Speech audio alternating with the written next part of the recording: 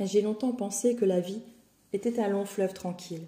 Je pensais qu'aimer un homme qui met fin à ses jours, se faire agresser, avoir des problèmes de santé à rester alité des mois, faire des crises d'angoisse, des crises de panique, cela n'arrivait qu'aux autres ou dans les films.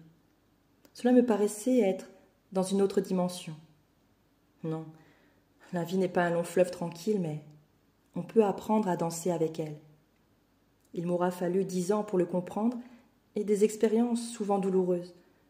Je lisais souvent 3-4 livres de développement personnel en même temps, écoutais toutes les vidéos qui pouvaient m'apporter une solution, faisais des formations les unes derrière les autres.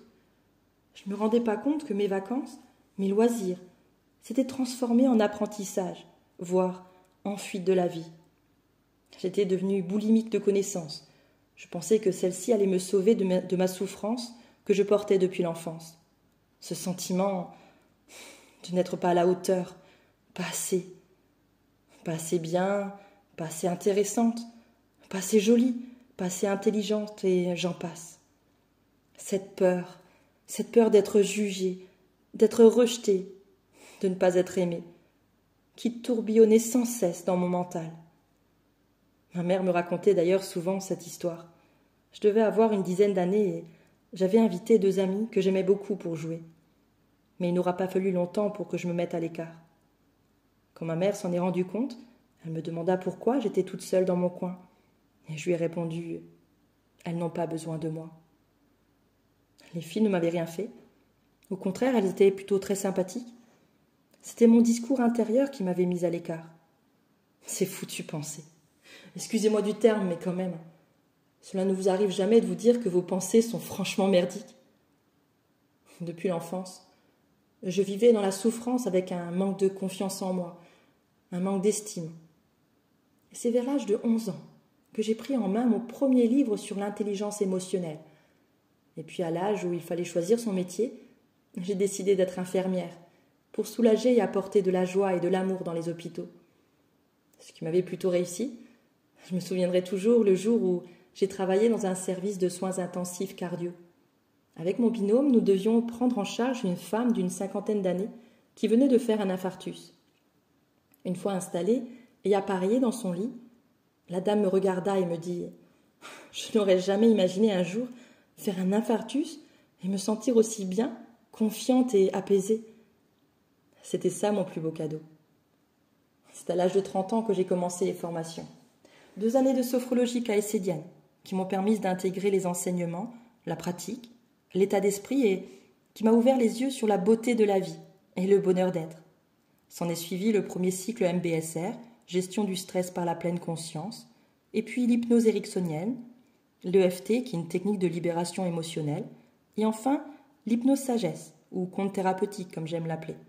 Des techniques qui me permettent de m'adapter aux problématiques, aux besoins de chacun et qui sont aussi complémentaires pour libérer profondément les causes de la souffrance. Pendant longtemps, j'ai fait une erreur importante que beaucoup de personnes font. Voulant me sauver de ma souffrance, au lieu d'accueillir ce que je vivais, je luttais, je fuyais. Comment ? J'utilisais tout ce que j'avais appris et lu, comme étant une solution miracle que je devais impérativement comprendre et faire pour ne plus jamais souffrir. Épuisée, je me poussais encore et encore. Je dois méditer. Je dois faire du yoga. Je dois faire de la cohérence cardiaque. Je dois manger ceci et cela. Je dois faire des affirmations positives.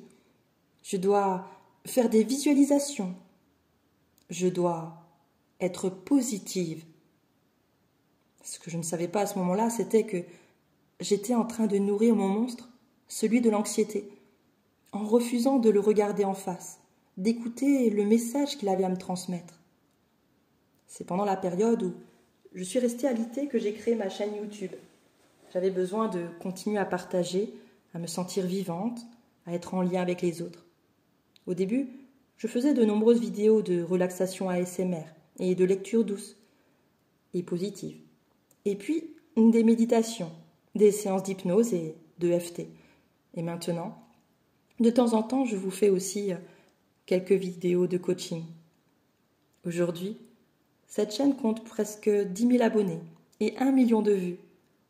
Rien que ces 3 dernières années, j'ai pu accompagner plus de 1000 personnes à se libérer de leur blocage, à mieux vivre le stress, l'anxiété et l'angoisse, la dépression, à gagner en estime et en confiance en soi, entre autres. C'est avec François Lemay, ces 2 dernières années, que j'ai appris plus particulièrement à danser avec la vie. Enfin, un coach, un mentor, qui m'a appris que la vie, c'est ni bon, ni mauvais. Et cette compréhension me permet aujourd'hui d'accueillir et d'accepter plus facilement les différentes phases de ma vie, avec la conscience que cela aussi changera. Même lorsque je vis des périodes de stress, de surmenage, de fatigue ou d'anxiété. Conscience que rien ne dure, tout change tout le temps, un pas après l'autre. Nous pouvons tous y arriver.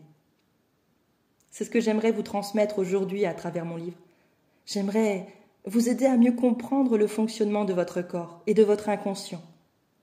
J'aimerais vous donner des outils, des exercices, des conseils afin de vous libérer des croyances qui vous bloquent, reprendre la maîtrise de vos pensées et de vos émotions et trouver l'harmonie dans toutes les phases de votre vie, que ce soit dans les périodes agréables comme celles qui sont désagréables.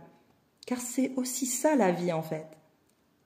Vous y trouverez aussi des liens vers des méditations pour vous aider à intégrer les différents concepts. Car acquérir des connaissances est un premier pas. Le deuxième est de pratiquer. Pratiquer, pratiquer pour créer de nouvelles capacités. Je partagerai bien sûr avec vous les expériences qui m'ont amené à enfin mieux vivre l'anxiété, les angoisses et les crises de panique. Il suffit parfois d'un partage dans l'authenticité de qui on est pour permettre à celui qui lit de se libérer. Je souhaite de tout cœur que ce livre déclenchera un déclic en vous, vous amènera à voir la vie différemment, vous permettra de mieux vous connaître et d'avancer vers une vie plus sereine et douce. La vie, ce n'est pas attendre que l'orage passe, c'est danser sous la pluie. Donc voici pour l'introduction de mon livre qui est sorti en novembre l'année dernière, c'était en 2022. Il comprend 16 bonus audio et de nombreux exercices à chaque chapitre. Je pense qu'il est assez facile à lire et des retours que j'ai reçus, c'est plutôt confirmé dans ce sens. Donc s'il vous intéresse, vous pouvez le retrouver sur Amazon avec son journal de bord pour vous aider à travailler, à avoir plus conscience de vous-même, apprendre à vous connaître et à vous aimer. Et bien sûr, si cette introduction, cette vidéo vous a plu, je vous invite à la partager, à la liker et bien sûr à la commenter. Vous pouvez me laisser un petit message, c'est avec plaisir que je vous lirai et j'y répondrai bien sûr. Et si vous avez des questions de la même façon, j'y répondrai. Et je vous remercie de m'avoir écouté et je vous envoie de belles énergies. À bientôt.